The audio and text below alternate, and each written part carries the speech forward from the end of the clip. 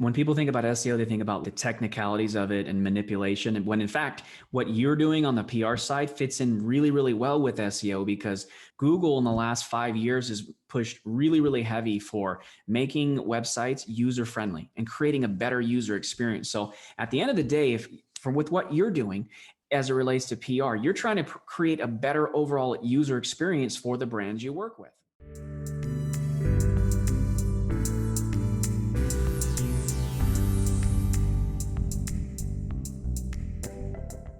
Hi, and welcome to another episode of Social PR Secrets. My name is Lisa Beyer, and I will be your host. Today's guest, I have Brett Lane, and we are going to be talking about one of my favorite topics, SEO and public relations. So today I catch up with Brett and we talk about on-page SEO, some do's and don'ts when it comes to press releases and SEO, Google My Business, which actually could be part of your PR strategy if it's not already. Listen to this episode, metadata, and what exactly does that mean anyway, and everything you need to know about some of the latest and greatest when it comes to Google. So let me introduce and welcome Brett Lane.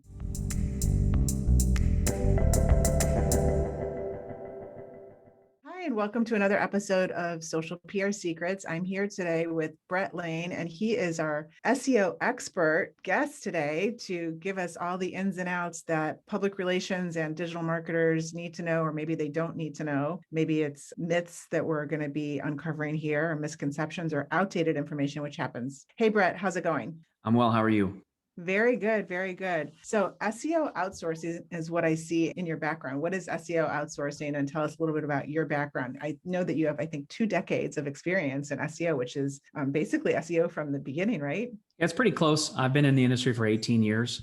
Anybody who's been in says past 20 plus. It's kind of hard because Google wasn't even, I don't think Google's even 22 years old. So I am like an old school person in terms of my particular industry, and SEO outsourcing is one of my SEO companies. We've got 2 different ones. One focuses more on providing client services for other agencies, and then another one is for specific clients. So SEO outsourcing helps whether it's an agency, whether it's a PR firm or whatever, anybody who wants to get additional rankings, our company comes in and just provides solutions soup to nuts, from on-site SEO to off-site SEO. So basically the whole gamut. So let's just start with, what is the difference between on-site SEO and off-site SEO for those that might not know that terminology?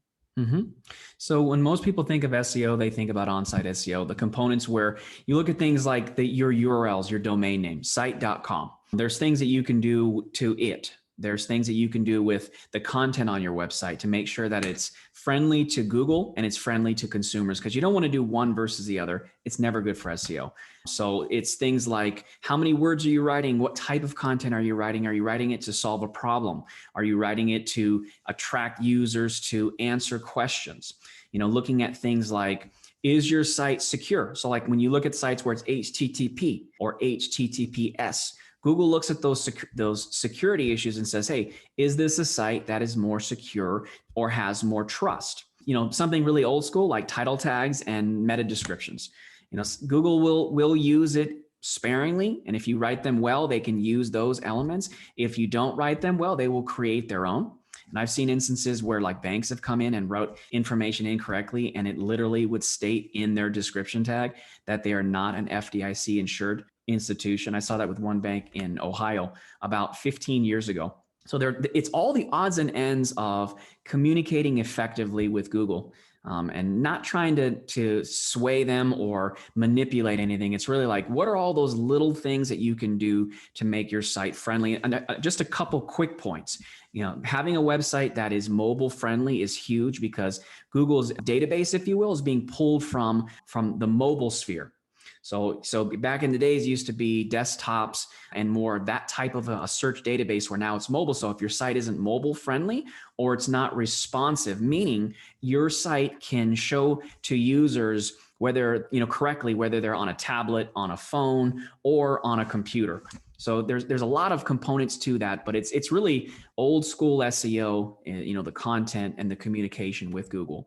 That's the first half. I feel like before you go to the next part, talking about mobile friendly, I feel like we've been saying this for, I mean, at least 10 years. And it's really unbelievable that there are still so many sites that are not mobile friendly, that it's crazy. And from a PR perspective, you're going to lose people. I mean, it's bad PR to not have your site mobile friendly or even secure. Like, you're going to lose people from coming to your site because security issues. Google gives the warning now if you're not HTTPS. So these are all actually, even though they're SEO, they also are something that influences the positive PR of a brand.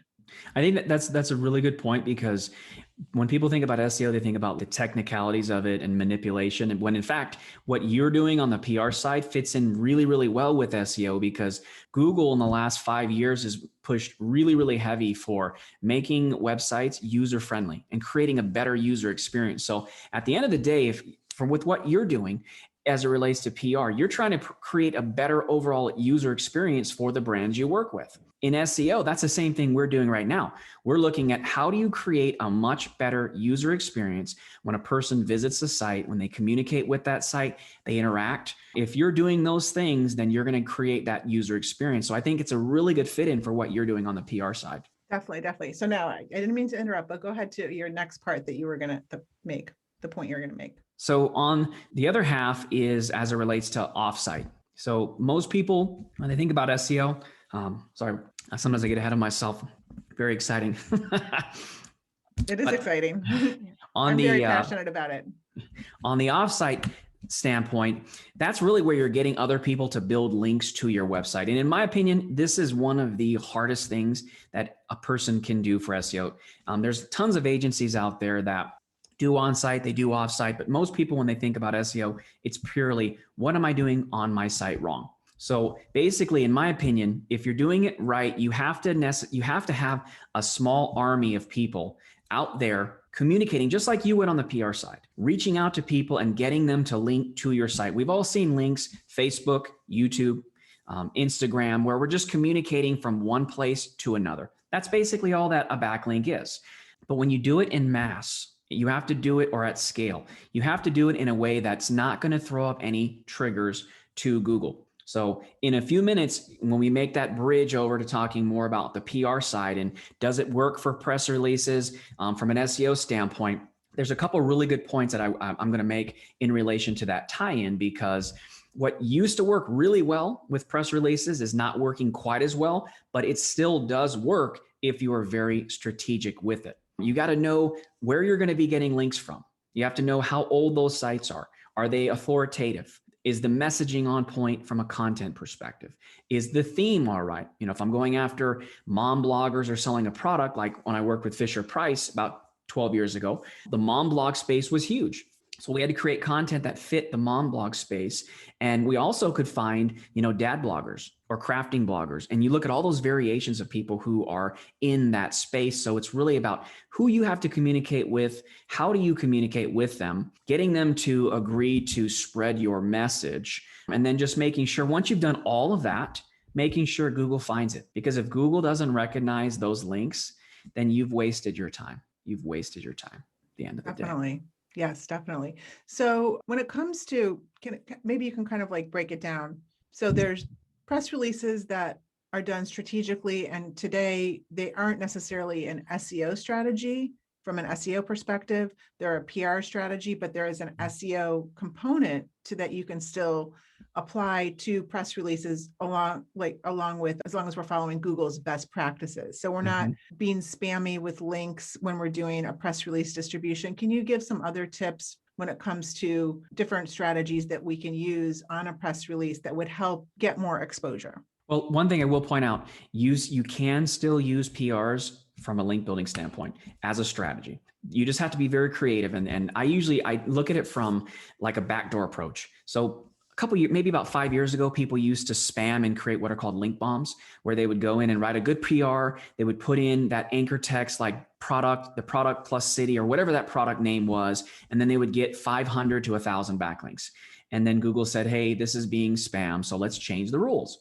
Well, what we're seeing right now is if you're able to go out and create links from a like site.com perspective or branded link, In some cases, you may have too many links pointing to your site where there's too many keywords being used. Maybe let's say you worked with an SEO company 2 years ago. They built a whole bunch of links for PR firm online or PR firm, Atlanta or whatever that keyword is. And now when you have an SEO company look at your link portfolio, it shows that there's too many links coming to your site, which is throwing a red flag to Google. What I would do is say to a company, hey, let's create 3 or 4 or 5 press releases that are all relevant to your business, distribute them over time. And in that content, at the very bottom, we're going to link to your site as a site.com link. There's nothing being done that's spammy. You're also able to create what's called a NAP listing, a name, address, phone number listing. So sorry, I just want to back up for people that might not understand what you're saying. So when you say site.com, you're saying you mean the name of the domain.com. Like SEOoutsourcing.com. Or thebuyergroup.com or socialprsecrets.com. So at the end of the press release, all you would put is maybe the naked link, like literally the HTTP .www whatever, like the whole link, right? So when you're saying site.com, I just want to make sure everybody understands. You're saying site.com, you're basically saying whatever your brand domain is .com, that's going to go at the end of the press release, and that is a best practice. Correct. And the reason I say that is you're not trying to manipulate anything. You're basically just getting a link to your site. Now, what I mentioned earlier about name, address, and phone number links, those are really good in terms of building a more authority with Google because they show Google you have an actual business with a true listing. So whenever you do your press releases, I think it also makes sense at the bottom to list out the name of your business, your address, your phone number, and then at the bottom, the link to your site. And every time you do that, that's called an unstructured citation. It's really good because now you're building links, and it's one way that you can actually build links in mass. Google's not going to get mad at you if you build hundreds of citations, because what it does, citation, I'll step back. A citation is basically just a link pointing to your site that makes reference to your business information, name, address, phone number, city, state, zip, very, very basic. To Google, that shows authority. You've been around. When you have consistency of that across the internet, it shows you're not some person who's fly by the seat pants company coming in. So you want to build out those kinds of links. And the whole purpose of this whole strategy is in building links like that. What you're doing is you're diluting the total number of links on your site and you're doing that for that purpose. I mentioned a minute ago, let's say you built 300 backlinks to your site and they all say online PR firm, and you only have 500 links to your site. To Google, that looks so unnatural. They're like, this company is really trying to manipulate rankings. So let's say you, Lisa, go out and you create a press release and you build 500 new backlinks. Well, now those are all just regular backlinks to your site. So now you have 1,000 backlinks pointing to your site. And out of those 1,000, now only 300 are using that keyword. So we do it from a standpoint of trying to take away a little bit of the focus on Google from a negative standpoint. So you can dilute those numbers. So it's really at the end of the day, just a way of saying to Google, hey, we're trying to make our link portfolio, if you will, all the number of links that point to us look as natural as possible. We've been doing that with clients on the PR side for a number of years, because sometimes they come to us and they're like, hey, the company we worked with, they built too many links. It looks really unnatural. How do we still get the buzz? How do we build links? So then we go in and there we do, maybe in a year we might do between 5 to 10 press releases, if in fact we can get good information about that business. Yeah. Well, we like to recommend, if there's news to report on, at least once a month or once every 4 to 6 weeks, a paid distribution. And same strategy is putting the naked URL at the end. We also love your opinion on this. We also put the URL at the very beginning after the first reference of the brand name. So there's 2 links. There's one at the very front loaded at the beginning and one at the very end. And we just feel like just from a front loading, right at the top, if somebody wants to learn more, they can just click right through. It's more from a user standpoint. What is your opinion on that? I think it's good. I mean, if you go crazy with the amount of external links that you have, it's going to look unnatural. But like with what you said, this is a PR, you make an inference of the brand, you have a link directly to the brand. And at the end, you're following up, you're kind of creating a link sandwich. So in my opinion, that's not necessarily a bad thing to create that, because you are increasing their user experience. The only thing I would add to that, and you're probably already doing this, but when you go out and do your press releases, if you have the ability to add in videos or images, add those in. That's the part I think you're already doing. One thing that I think you may not be doing, there's something called EXIF data, EXIF data. Now, all that is the metadata that sits behind images and videos.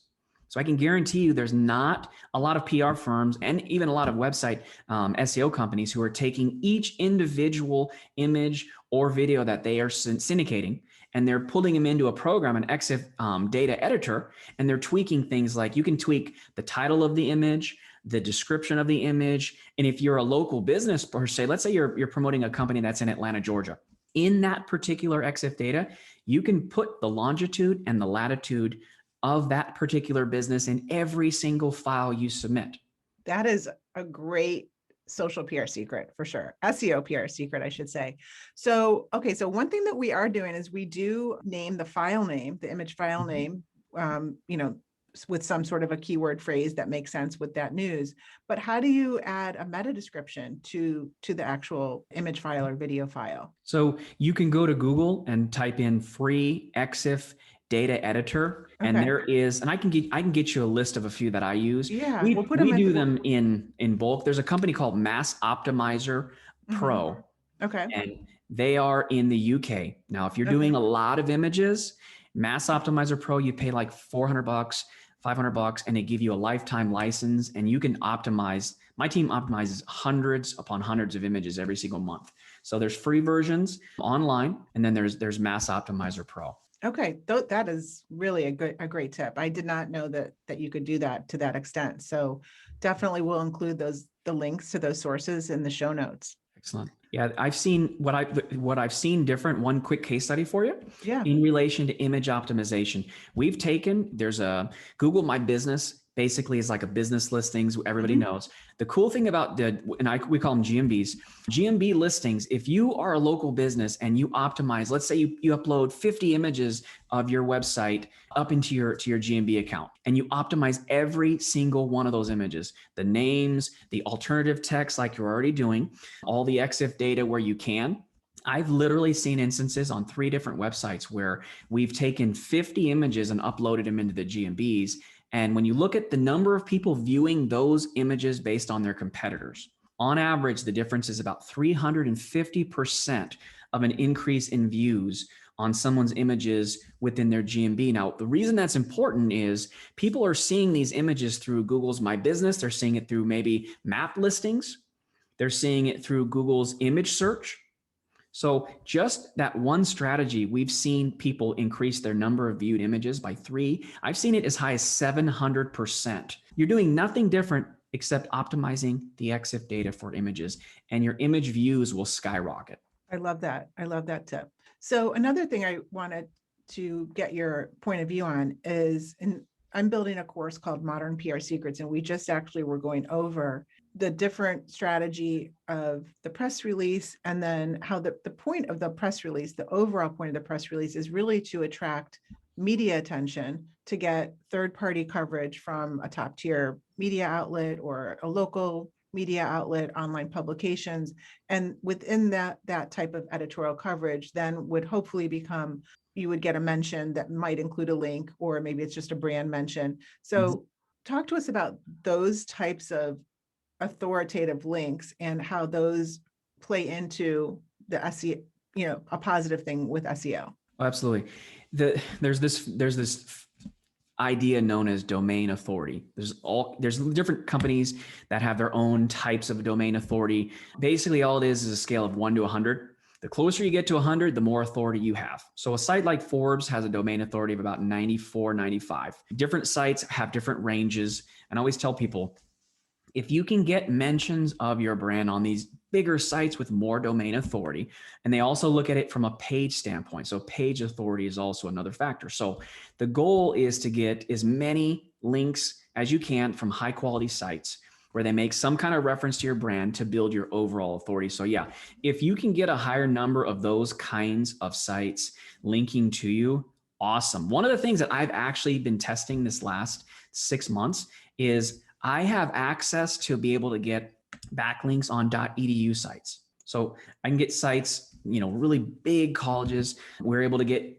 content syndicated. So what I've started doing is I've utilized press releases now for a couple of our clients. And I've said, hey, I know that press releases can have the same content submitted on the same kinds of sites, and the data can be duplicate. You're not going to have any issues with it unless you go. If you go crazy, all Google's going to do is say, hey, we're not going to give that much relevancy towards a few of those links because there's too many of the links on the same type of content. So what I've done is I've taken a press release from our client sites and said, let's get that press release on 10 or 15 different EDU sites. Now, EDU sites or college or university sites typically carry a domain authority from like 40 to, I have access to of about authority of 40 to 92.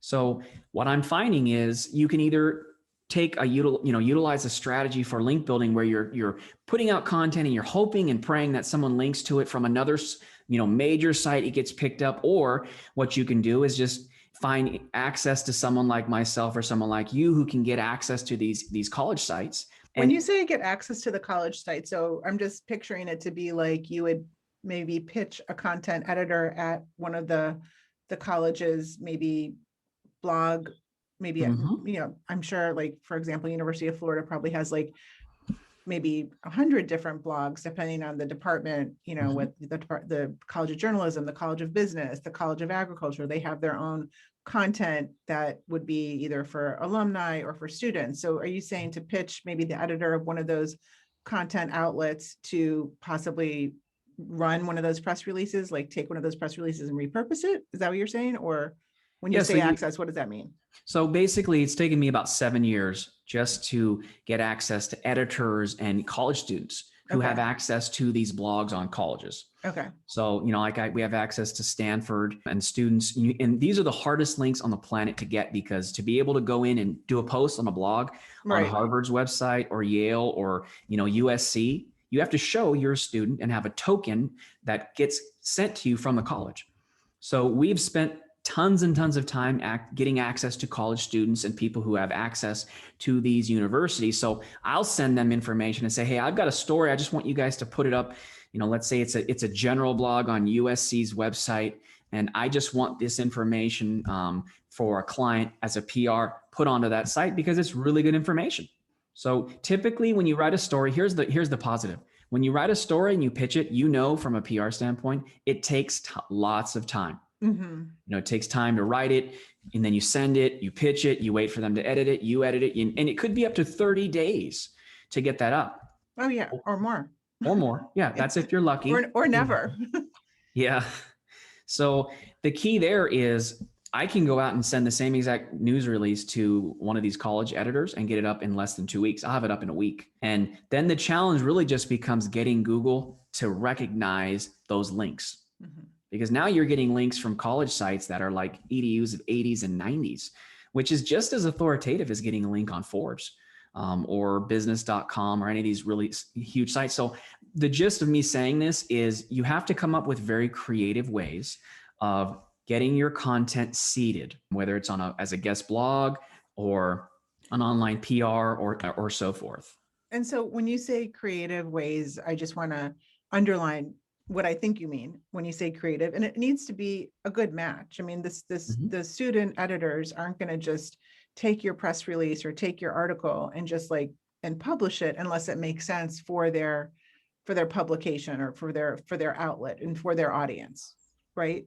Yeah, it's like a 50-50 split because some of the colleges are very specific to a certain niche. Yes. Some of the colleges basically have blogs that are very general, where you have people posting things from CBD oil or whatever to, health or to mom issues or dad issues or voting. So you are right. It's a yes and no answer. Sometimes they will accept things that are more broad, more general, because you don't have, if it's a blog for USC and it's the general blog for USC, a student can put any piece of content they want on, as long as it's not porn or something that's going to be offensive and hate crimes or things of that nature. So yeah, it's a bit of both. Yeah. And I would think that, I mean, you have to balance it out, but ideally the ones that are the good fit are probably the ones that are going to eventually like have the staying power. And that's what I've seen in my opinion. I mean, it kind of, the ones that are more general, they might eventually, get edited down or, maybe Google's not going to recognize those one day. So I always like to say, go for the highest quality possible and have a balance.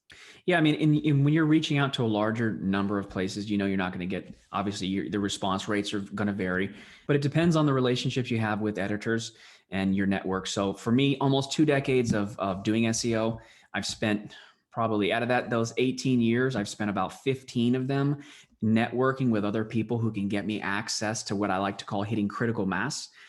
And by that, I love to be able to, it's like you hit critical mass with a PR when that sucker takes off and it's picked up by 3, 4, 5, 800, 1,000 news outlets. You're like, I hit a home run. For me, hitting a home run is being able to say, I have one piece of content and I can pitch to a whole bunch of websites and say, hey, I need you guys to look at this content and either rewrite it, put your own spin on it, do a product review. And then I get back a ton of yes, we will syndicate that because it's really good content. Yeah. And I mean, it also starts with that really good content. So when you're actually like, we should actually maybe talk about the first step is writing the good content. And then whether it's syndicating it or doing a paid distribution or even pitching directly personally, via email to different editors, that it needs to start with quality, newsworthy content that makes sense and isn't just like a promotional piece of content that's more for a website marketing, portion of it, right? Yeah, I agree. And I do think that for some, where I draw the line is in some cases, companies can only be so newsworthy. So like in my case, I work with a ton of small, medium-sized businesses, and we work with a lot of large businesses. The larger ones, it's easier to come up with news. If you're like an HVAC professional and you're in Thornton, Colorado, and you are providing a news service to people in your area, it's not going to be as newsworthy as big brand AX that is offering this brand new project in the stem cell industry. So my idea on that is come up with news as creative as you can, put the best news spin that you can on it without just pushing information to flood the search results. Now, depending on your industry, whether, like I said, if you're very technical or you're in a huge brand, it's much easier. We have to get very, very creative with companies that are service-based businesses. Like a lot of cases, it might just be things in which the business is doing to impact their community. Like, what are you doing for people during certain things? Like, is it newsworthy? Does anyone care? Should they care? And if they can care, then I tell them, hey, let's promote that news online, but let's be as authentic as possible. Because I think people, Lisa, they can sense if you're not being authentic and you're just creating news for creating it, they're going to read through that really quickly. Definitely. Hello? Oh, wait, is this thing on? Hi, it's Lisa Buyer. I just wanted to tell you really quick, I'm launching a course called Modern PR Secrets, and I wanted you to be the first to know. You can check it out at thebuyergroup.com under resources. Now let's get back to this interview. And let's just also talk about how much it's much more difficult to get, page one of Google, like in general, and then Google News, because Google is now monopolizing page one with their own kind of products. And I really see Google My Business as a great PR advantage to take advantage of that page one of real estate with posts and different and photos and things like that. Can you talk a little bit about that and any other ways that you see on getting some real estate on page one of Google in an editorial fashion? Yeah, that's a great question. So if you're a local business and you want to promote content, posting it out to your GMB is really good. There is a software called GMB Briefcase. It's another very good really good product, GMB Briefcase. What I love about that platform is you can put content into it and you can feed it like you would Hootsuite, and it posts content strategically to your GMB all on autopilot. It's very low cost. I've looked at probably about 10 different providers. In my opinion, it's the most low cost and most effective form of doing that. And the cool thing about that is Not only are you doing it from an automated standpoint after you've fed the machine, you're giving people access to your news, and you're putting it to where when they read and they see a snippet of your information within those maps listings at the very bottom, they're going to be able to see information related to your press releases. So you can either do it as a post there, there's post archives. I mean, it's a great way of getting local businesses more exposure. And you're absolutely right. Google is they're cannibalizing their search platform. I mean, it's like, oh, before, when they came up with zero search, probably a couple of years ago, where they came in and you see the listings at the very top above all the other organic listings, it was like a snippet of data, and then beneath it, it would go to the guy that's in like the first or second link. It's almost like, I know Google, you're trying to give people good information as quickly as you can, but now you're taking up. Before you used to show information about travel sites, and now you have your own section about traveling with airfare and hotels. So yeah, they're doing all that they can to take up as much of their own real estate. And you got to get creative with those platforms. So maybe it's, like you mentioned, taking images that were submitted in the PRs and then optimizing the EXIF data and then submitting those images on your website and getting them picked up by Google Image. Now you have online real estate in terms of your images. You can do the same thing with your videos. Now you can be found on Google Videos, and then also that gets pulled into YouTube, since Google owns YouTube, and it's the second, in my opinion, it's like between the second and third largest search engine. Really depends on you what the user intent is. You regular search Google, search based off of buying intent Amazon, video search. More people are going to go to YouTube than they are going to go to Google Videos. So they're going to find a video in Google Videos that goes to YouTube. So my strategy over the years has always been create as many assets as you can and give every asset its own distribution point. So we're doing a podcast.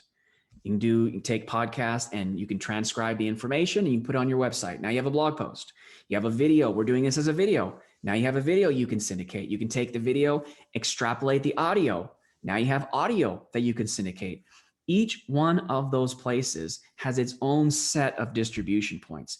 You can submit a podcast to 50 podcast directories. Same exact thing with images. There's probably about 20 image sites that you could submit to.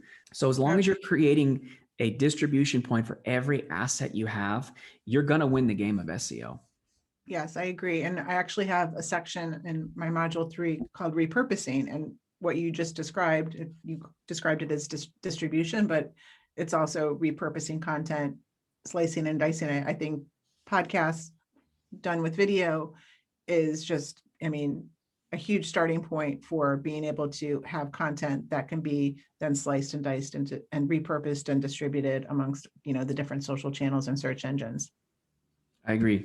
It's the easiest way to take content you already are creating and just disseminate it into the web. Yeah.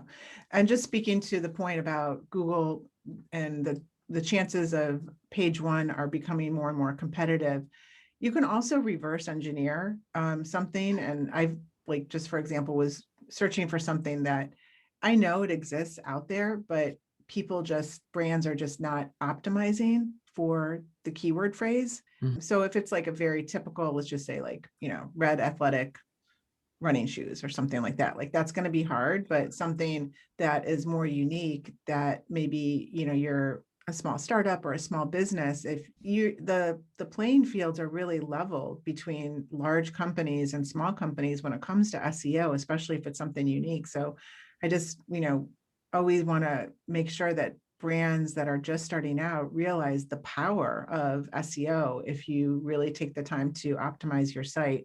And I see it as something that gets skipped a lot. Brands go straight to advertising and instead of really trying to optimize a site for especially very unique types of businesses, products, and services where it's maybe not as competitive on page one of Google. Mm-hmm. Yeah, those are called long tail keyword phrases. And you're absolutely right. When we have clients that are working from smaller budgets and they're looking at being very niche based, we say, hey, why should you try to own a very small piece of a very large pie when you can own a much larger piece of a smaller pie? And, you can rank for those keywords faster. There's a lot less competition. But the key thing there is when a customer finds a business based on those longer tail, those are like a 2 to 3 word, 3 word. And basically when you're able to go, so it could be like you said, Nike running shoes or athletic women's running shoes, that's 4 words. Mm-hmm. But you know what? If there's 300 people or 100 people or 50 people who search for that, and you get a site to rank for that keyword phrase, by the time the customer finds your brand for that keyword, we already know they're not looking for just running shoes. They're not looking for women's shoes. They're looking for a particular color, a particular brand, or a particular style. So your chance of getting them to convert once they find you is so much higher. So traffic is lower, yes. The conversion rate potential is way higher. So that's a great point. I love that.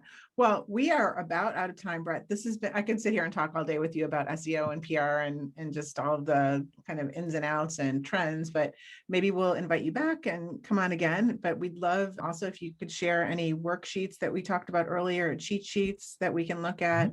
And I loved some of your points about PR, press releases, link building. So I think I'm gonna ask you, maybe you can be a guest in my Facebook group for my class, my course on modern PR secrets. I think that would be good too. But thank you so much. Are you going to be speaking anywhere? Do you have any events coming up? Where can everybody follow you?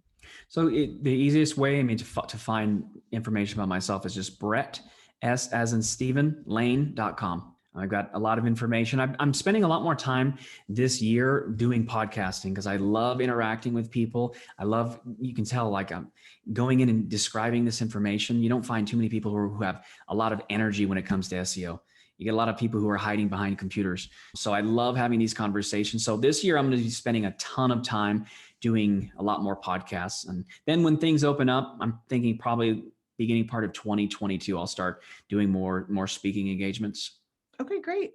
Well, thank you so much. It was a pleasure, and have a great rest of your week. Namaste. Alrighty. Thank you, Lisa. Thank you. Take care.